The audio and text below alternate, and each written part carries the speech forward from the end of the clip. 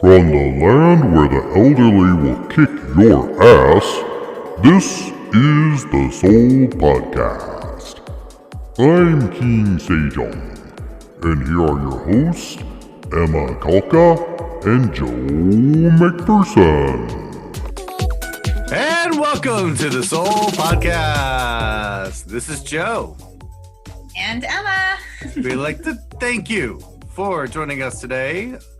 You can just saying that you please subscribe to us. You can subscribe to us on YouTube and on whatever podcast streaming device you have, on Apple Podcast and Stitcher, Spotify. We're on there. We're all over the place. And yeah. And we have our dog. Pippin is so excited about that. He's so excited that we're everywhere. Thank you, Pippin.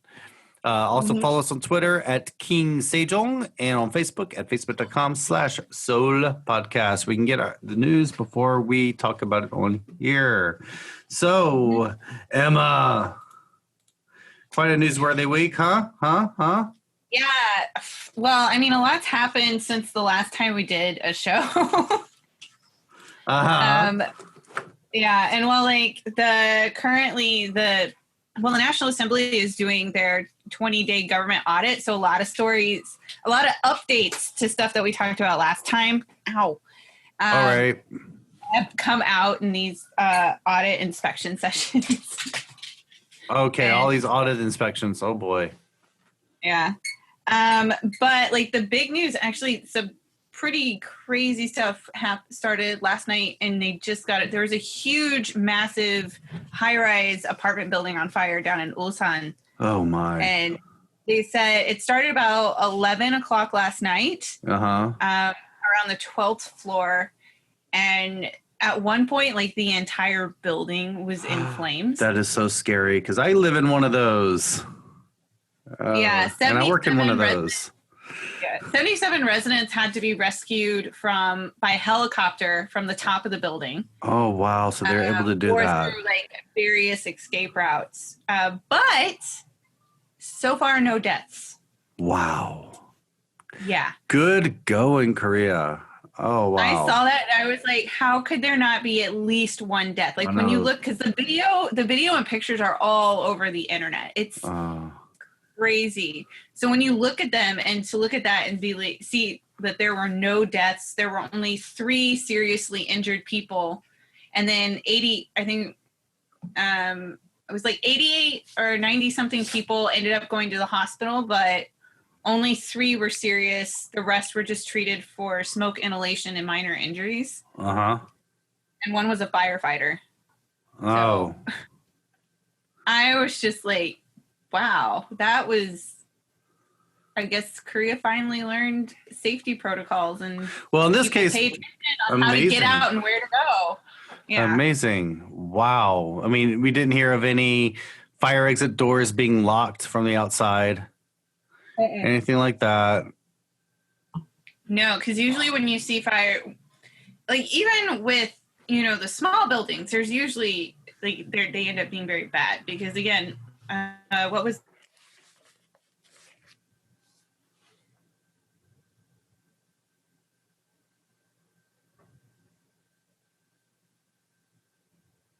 and for a massive building, I think they said something over 200 or 300 people were residents in the building. Yeah. And wow.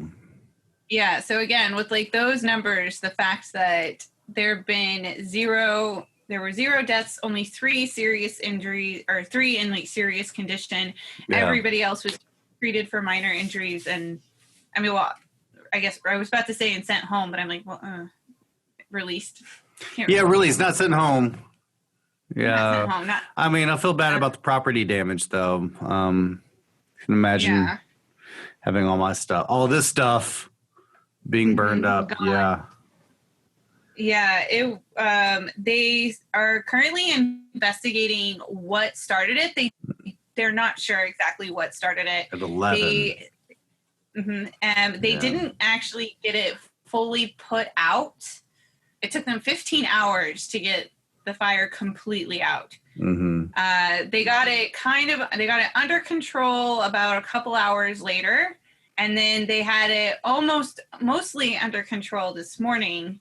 And then around 2, they still just had like small bits that they were trying to get out. And then about 2 o'clock today, they were like, yeah, it's all completely out. And they were going through the building to, start their fire investigation. And and hopefully we don't hear about them finding someone. That's kind of like, they keep saying so far, there are no deaths so far. But who's to say they might not come across? Yeah, but nonetheless, no deaths at the scene. Yeah, no deaths at the scene. Nobody's sent to the hospital and died there. So it's really and no big giant tragedies like cars blocking the way for the fire trucks. Right. For the emergency and vehicles. Actually, the firefighters were actually on the scene before the huge blaze actually erupted. So residents had called in saying that they were seeing smoke and they smelled something burning. And so a fire truck went out, even though the fire wasn't actually visible yet. Yeah. So they got there and they were already on the scene when the massive blaze kind of started taking over, and which is why they're saying it could have been a lot worse if that truck hadn't been there at that time. This could have been a lot worse. It could have spread a lot faster. Wow. It still took them 15 hours to get it under control, but they're saying they think the insulation in the building might have been the reason why it spread throughout the entire thing. Oh, okay, yeah. Even though my experience with the insulation in Korean apartments, old and brand spanking new, not so good. But I'm not sure about the flame retardants. I don't know the either. Insulation. It looked like it was a newer building, so I would hope that it would be better. Yeah, but even in my new apartment, in the middle of winter, they would announce on the speakers, don't use your washing machine because the pipes are frozen. The pipes are frozen. So we had people had to go to a laundromat, or like what we did is we hooked a hose and threaded it all the way through our house into our shower. Oh my goodness. I don't think I've got any insulation. I don't know. I know definitely underneath the wallpaper, I'm pretty sure my walls are concrete. Yeah, there might be something in between. Well, also that the cinder blocks are built with, the way they're built is both for structural integrity and it creates insulation because of the gap. Okay, well, there's my insulation. My insulation is cinder blocks. But I live in a rooftop apartment, so yeah, and you're up to the elements and everything. I had a friend that had a rooftop over in Gangnam, Jamsil, and it was just uselessly freezing in the winter. I will say that. I've got some insulation, but it's still in the summer it gets really hot, and in the winter it gets really cold. Mm-hmm. My gas bills are pretty high. Oh man. Not looking forward to that part of winter. I just put my gas on 47 and I leave it on 24/7, and then it's livable. Then I can have it at a livable temperature. Oh man. Okay. Because it doesn't actually get that warm. I have to turn my gas up that high, the ondel up that high for the temperature in the apartment to be not freezing. Yeah, the other advantage of the apartments is the apartments above, below, and next to you will help support your heat. Yeah, and as long as we have a lot of weatherproofing we did when we first moved in. Lots of bubble wrap and I need all these things. Anything to try to close any little gap. This place is hermetically sealed during the winter. No oxygen going in or out. Yeah. Oh, God. It feels like. But hey, we saved 3,000 won. I don't know how much money we saved in bills. Yeah. Yeah, who knows? COVID's gotten under control a bit since last we talked. Yes, it has. Like, there was a moment this week when people were a little bit worried. Wednesday, we shot up to triple digits. Yeah. And it had been in double digits all the way through, like, the Chuseok holiday. But everybody was waiting because Wednesday was, like, the big day where we were going to know, like, a little bit more of, like, okay, did Chuseok have any sort of effect? Yeah. And then it went up to like 114. But then yesterday it went straight back down to like 69. Yeah, we'll see. And then we had 54 today. So we're still in double digits. The government is actually, like, they're still saying, you know, be cautious because we are currently on a 3-day, we just started another 3-day weekend. Yeah. I would say this is the equivalent to the May 5th holiday as far as the weather's similar and people want to get out a little more. Mm-hmm. So today's another 3-day weekend. So they're still kind of like, be cautious, you know, don't take your masks off, do all of the things. We're not out of it yet, even though we've had a lot of days where we're back into double digits.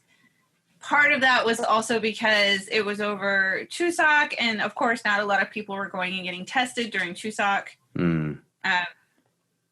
But for today, I think they said as of today, the numbers of people getting tested were back to where they were before the holiday.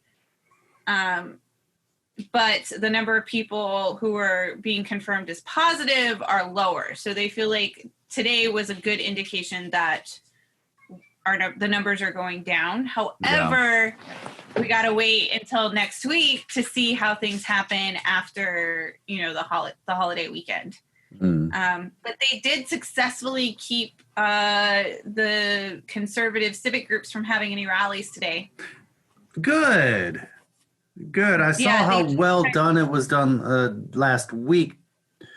During, it was a Constitution Day. It was one of our 3 Independence Days. It was like that buses lining all up and down the avenue, and just a few cars just went around, and that was the protest, was the cars that went around. Yeah, and they became of that. They had gates up kind of like so nobody could actually go into, you know, the actual Gwanghwamun Square. Yeah. And they had checkpoints set up on like 50 roads that kind of led into that downtown area. And if they saw anybody, they would stop cars. And if they saw anybody who looked like they were on their way to some sort of like political rally, they're like, yeah, no. Good. You can't go in. Sorry. Yeah. But so instead, a lot of groups held small press conferences with less than 10 people. A few of them happened in downtown. I think a few happened in other places. There was what they called like a drive-through rally. They had another drive-through rally, but it was only 9 cars, and I think they did it in Gangnam or something. But no, all the press conferences today were like, oh, the government is using the pandemic to stifle our right to assembly. Yeah. And our freedom of speech. And I'm like, they're not saying you can't say things. You could still do that. Just do that in a way where you don't bring together thousands of people who could potentially get. Yeah, they don't have much ground to stand on since when their side was in power, and the side that they came from, it wasn't too long ago when their reaction to free speech was tear gas and torture. Right. Yeah, that wasn't all that long ago. I wasn't here when that happened, but no, I wasn't here either. But still, I mean, they're the descendants of that side. Yeah, so I'm pretty sure people are like,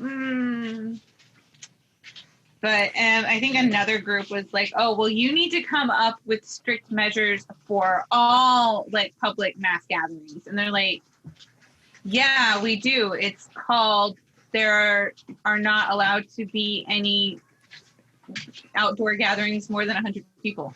Yeah. Yeah, it's already in place. I saw that today. I'm like, you do realize they already have that. That's what we have right now. That's level 2 social distancing. Yeah. Indoor gatherings can't be more than 50 people. And outdoor gatherings can't be more than 100 people. Yeah, not the brightest people. That's kind of, they've done that. They have rules for any sort of, actually, that's not even for just public. That's public or private gatherings. Any gathering. So weddings and birthday parties and funerals and all of that. Your rooftop parties. I don't know anybody who has a rooftop big enough to fit 100 people. Itaewon would. I'm sure there's one somewhere. Yeah. But yeah, so I'm like, those have always been there. They've just, the city government and the police have said, we're not going to let you have rallies. We're not going to give you the permission to have it where you want to have it because you've reported that you're going to have more than, and they would actually put there's going to be 1,000 people at this rally on the registration. I'm like, no. I'm like, even without these extra bans that the police put, or the extra ban that the police put in place, it's like under social distancing level 2, you're still not allowed to have more than 100 people gather in one place outside. Yeah. I mean, I'm just kind of like, what on earth made you wear what? Yeah. But yeah, they even went and they filed with the court to get an injunction on the ban, and the court's like, no, it's still in place. Sorry. Yeah. It's the second time too. They did it back for October 3rd for Liberation Day, and the court did the same thing. You're like, sorry, dudes. Yeah. We're not going to overturn the ban. And then yesterday, they were like, yeah, we're still not going to overturn it. You're just out of luck. Sorry. Yeah. Oh, man. We're following, COVID-19 guidelines that the government has had in place for a long time. Yeah, and we saw what happened last time you guys did this. You lost all your privileges. Yeah, we had to go to 2.5 social distancing. Yeah, I know, it sucks. Ruined it for everyone. Yep, ruined it. Yeah, you live in society. You gotta make sure you gotta cooperate with everyone else. Mm-hmm. Yeah, you get the advantages. You're gonna have to deal with the duties. Right, and we each need to do our part to try and not make other people sick. Well, we're glad that someone else is safe, and that is this North Korean diplomat. Yeah, his family might not be though. Oh, that's not. There has been oh my God. I mean, even the UN Human Rights, not the Human Rights Council, the UN Commissioner for Human Rights or something has stepped in on this. Oh, wow. But yeah, so I think it was in November 2017, late 2017. This guy, he was the acting ambassador to Italy from North Korea, but he and his wife go missing just before his assignment is about to run out. They just and there were rumors at the time that they were seeking asylum in a third country and this and that, but nobody knew where they were and nobody had heard from them since then. Some PPP lawmaker who's on I think it was the National Intelligence Committee in the National Assembly. Yeah. Announced this week that he's been in South Korea almost the entire time. Oh, blew his cover. Yeah. So he and his wife have been living in South Korea since somewhere about a year ago. Yeah, they've been in South Korea for a year. And nobody knew. And the government, the Italian government helped them out. And then the South Korean government, I think, helped them out. And they got here because he had said that he'd been putting out feelers and saying, I want to defect. And so being a high level as he is, they were like, okay, we'll help. And he was like, dude, so by the way, don't tell anyone that I'm here. Yeah. Because they they had like a teenage daughter that was with them in Italy, but for some reason they couldn't take her with them. I don't understand why. Okay. Only he and his wife defected and leaving their daughter in Italy. I'm not sure. I'm assuming maybe there were like circumstances where they were like, okay, she can't come right now, but they had like a plan to get her.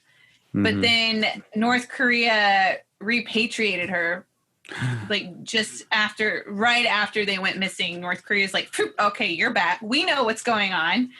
Your dad and your mom totally just jumped ship. And so we're going to take you as, as collateral. I don't know.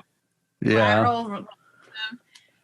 So she was back in North Korea. And because of that, once they got to South Korea, he was like, dude, don't tell anyone that I'm here. Because, in North Korea, if they find out like a high level, what have you, has defected to if they've defected to another country, I think, what was that? Yeah, it said, experts say like if they defect to a third country that's not South Korea, they're labeled like a seceder but their family might be moved out into the countryside. Yeah. But that's about the worst that they get. But if they defect to South Korea, they're labeled a traitor, and their family is like severely punished for them leaving. And so that a lot of, the chatter that's going on about this is like he didn't want North Korea to know that he was in South Korea. Because his daughter was still in the North and they hadn't figured out a way to get her out. Oh, but the wonderful people at the PPP. Yeah, I'm not sure. I still haven't quite read or understood exactly why they outed him. Like, I don't really. Because they're assholes. I'm not really sure. Nothing that I've read has really actually said the reasoning why they were like, he's here. It was just like, he's here. Yeah. Yay. Just I think the PPP was wanting some attention to themselves. Well, and they're the ones that are just like I don't want to say a lot, but the one North Korean defector, like who was like the highest level North Korean official to defect to South Korea, he's now below this guy. He became a PPP lawmaker, if I remember correctly. Oh, yeah, that guy did, yeah. Tae Young-ho. Is that, wait, that's his name, right? Tae Young-ho? Tae something. Tae. Mm-hmm. His name is Tae. Okay. Yeah, no, he became a PPP lawmaker. He became when they were Liberty Korea Party. I think that's when he joined them. Yeah, we talked about that a few weeks ago. Yeah. Yeah, no, but he actually came out and was just like, this is not cool, dude. Not cool, because you have now seriously put his family in North Korea in danger. Yeah. And that was the reason why he didn't want people to know that he was here. And you just kind of screwed that one up. And then, like, yeah, even today, the spokesperson for the UN's like High Commissioner on Human Rights released a statement or something saying like calling on both North and South Korea to fulfill their obligations of safety. So like South Korea, dude, you got to think about these defectors' safety and doing whatever you can to help keep them safe. And then like North Korea, don't take out your anger and all that shit on this guy's family just because he left, which of course they're totally going to listen to that because that's what North Korea does. They totally listen to the UN. Yeah. I think at the moment they probably are like going to press pause on that because they got their big military parade tomorrow. Yeah, they got that. I heard news of like loud noises of large vehicles being brought into the city in Pyongyang. Yeah, I mean it's the 75th anniversary of the founding of the ruling Workers' Party. So usually it's like every 10 or 5 years or whatever they do something big. So they're this parade is going to be like the biggest parade. And so all the militaries are like, yeah, we're gonna see they're gonna introduce some sort of new big weapon. or what looks to be a new big weapon, but who knows if it works. We'll see. Could be another cardboard rocket. Could be, but they are predicting that there will not be any missile tests tomorrow. So that's good. That's just a parade of missiles. Yeah. And we've had a little bit of a progress in women's rights, you would say? Yeah. So I think it was April last year. Mm-hmm. Yeah, was that April last year? When the Constitutional Court made the ruling that the anti-abortion law in Korea was unconstitutional, and they were like, you have until the end of 2020 to put forth amendments and change the actual law. Mm-hmm. So on yesterday, I think it was yesterday. Yeah, yesterday. They've actually presented like the notification of, okay, these laws are going to change and this is how they're changing. They did not get rid of, like, completely strike the law, but they're allowing abortions up to 14 weeks with, no questions asked. No questions asked. You can have an abortion up to 14 weeks.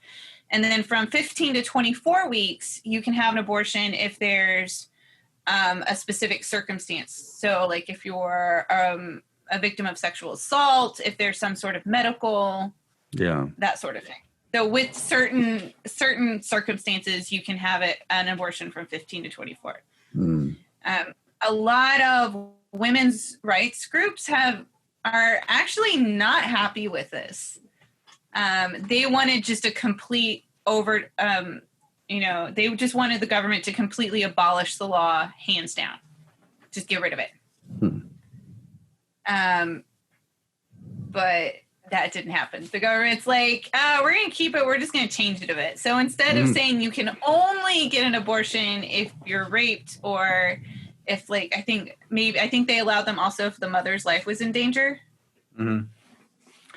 They're like, no, we'll let you have one up to 14 weeks. No questions asked. Yeah, and it was still done clandestinely, and if people wanted one, they knew where to get it. But it was not regulated. There was no safety precautions. Right. I mean, I do think this is it's a good step. I honestly feel like, because there's a lot of places in the States that you can't even get an abortion at 14 weeks. Now, which is crazy. But I think it's good, because I think there are already a lot of places that will do abortions that are clean and safe, and not super, super expensive. Yeah, but I remember, that's only something that's happened in maybe like the last 5-6 years-ish. Where there's been more places that are safe and where you can get a safe, clean abortion. Because, I remember hearing stories from some of my Korean girlfriends back in, 2008 or 2009. Like, I had a friend who had an abortion in Korea, I guess, just a couple years before that. And it was not at one of the good places, and she can't have children now. Oh, no. And that was not that long ago. That was 2008. She had this in 10 years ago, a little over 10 years ago. Yeah. A little over 10 years ago. It was not unheard of, and probably even common for women to go get abortions, to find a place to get an abortion in South Korea, and it would just be botched and they can't have kids anymore. Oh, that's awful. So I definitely think this is a great step in the right direction. And I get what they're I think they wanted a Roe versus Wade situation. But even with that, there were still, I want to say there were still stipulations and stuff. Still, this is still pretty good progress in that sense. It's good progress, yeah. To get safe. And I think even in the States, I think you can still get a late term abortion if it's for medical reasons. Yeah, for medical reasons. I believe. I think a lot of states are putting in laws that are just trying to nope, shut down. Yeah, Texas is trying to do that. Yeah. Well, that's good news. All right. Yeah, that's great. they're going to try and pass those amendments, and they should be in effect by the end of 2020. Wonderful. Which is only 2 months away. So wow, we're already towards the end of this year. Wow. I know, we're almost 2021. I cannot believe it. Oh, and people are going to think, I can't wait for this year to be over. I'm like, why do you think anything's going to change? What do you think? You think like on midnight that the world is going to magically be a happy, sparkly place? I think some people everything still is going to be better. Yeah, they believe in magic. No. They believe in all. There's a reason why I'm trying to get election week off. Yeah. I didn't think it would be that difficult, but then I forgot I work in news, and I was like, oh, right. Yeah. They're working on it. They're gonna try and let me have that week off. I remember that. I liked that. Please let me have that week off. I missed election nights when I worked in news. Now, what I was doing, I was working in the control room of TV studios, and I was the graphics person. And so we're doing like all these races. That'd be the fun part of the election to work. All these local races around the state. And all these producers coming in and giving me updates, and it's just so much fun. I'm typing in all the latest stuff, and here we go. Jojo, are the graphics ready? Yes, boom, done. I loved it. I loved it. That was so exciting. Yeah, I think like the reason why is but it's like now that I think about it. Because we're like 15 whatever hours ahead of the States. So, because most of the action in the States happens overnight. Yeah. Which means it's going to be in the middle of the day here. Yeah. But it's going to be really weird this year. No, I want that time off so I can stay up late and watch all the things and not have to get up and go to work early in the morning. There's going to be a lot of mail-in stuff, so we really won't know. I mean, there is no law. There's no rule that says the election needs to be decided by election day. It's just all the votes have to be done by election day. You can and it was that's the reason the inauguration was delayed for months, because in the old days it took a long time to get all the ballots counted and to get people to go up, to all the electoral college members to go up and get together and count and proclaim their votes and be like, we heard this guy. Yeah. And with like all the overseas and mail-in votes, I think because some states will accept ballots up until like the week after, as long as they're postmarked by a certain date. Yeah, the postmarked. Yeah. If they're postmarked by a certain date, because I think like Florida is accepting ballots until not the 16th. 16th sounds too late.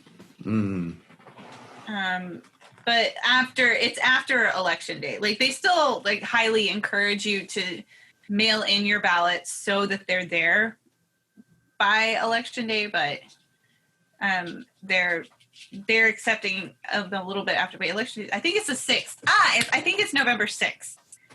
So for Florida, I'm not sure. Somebody's probably going to pop up and be like, "You are so wrong." And I'm sure. I know.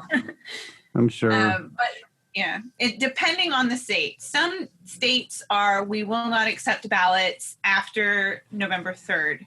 Some states have like a few days, like a short grace period after election day where they will accept, where they're like, hey, as long as they were postmarked before election day and they come in within this grace period, we'll accept and count. Okay. And I feel like more than any of the recent even more than the last election, this one it's not going to be decided. I don't think it's going to be decided. I wish that the U.S. would do the silly graphics that Korea does. I wish. Where they're racing? Yes.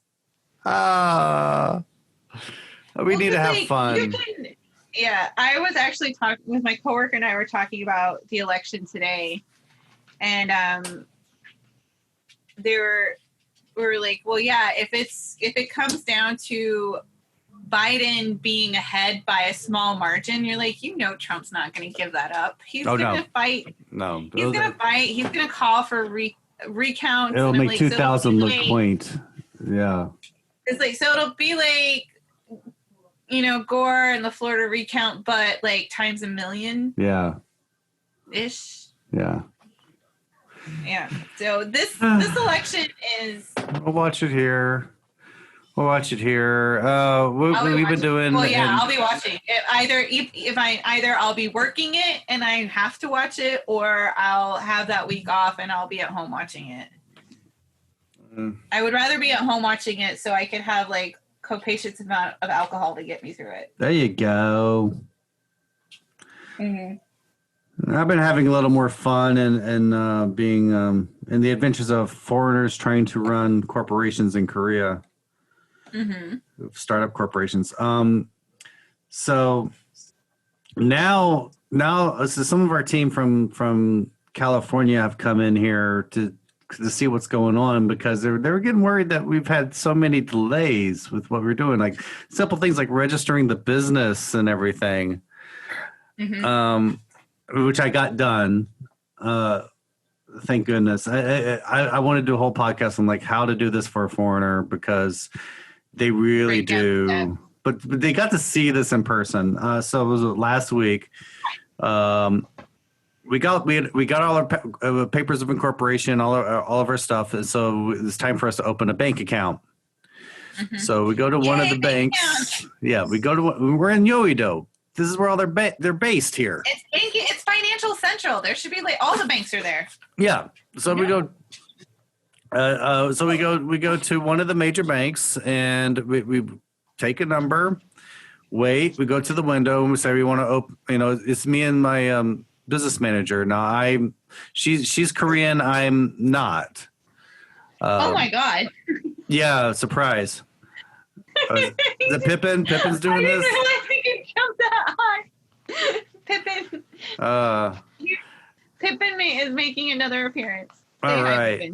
Great. Hi, Pippin. So I'm having to. We get up to the window, and I could always tell by the body language when someone's trying to tell you bad news and they're really condescending. They're holding their hands like this. They're folding their hands and they're doing this. They're about to do like that. I'm so sorry. And then they're about to tell you something, and they're just really condescending. So anyway, he said we're at the wrong window. We need to go to the 17th floor. Oh. So we're on the 17th floor. At least it was just, that's all it was. No, we go to the 17th floor and walk in. The people are they're doing something else, and they're surprised to see us. So this is okay. Sit down. Let's talk. So we explain that we want to open an account, corporate account, and he says, okay, well, we need this and this and this. We'll also need your business plan. Around how much money do you expect to raise in Korea? I'm like, you need this information to open a bank account? And a business plan, our pitch deck and everything. Why? Ow!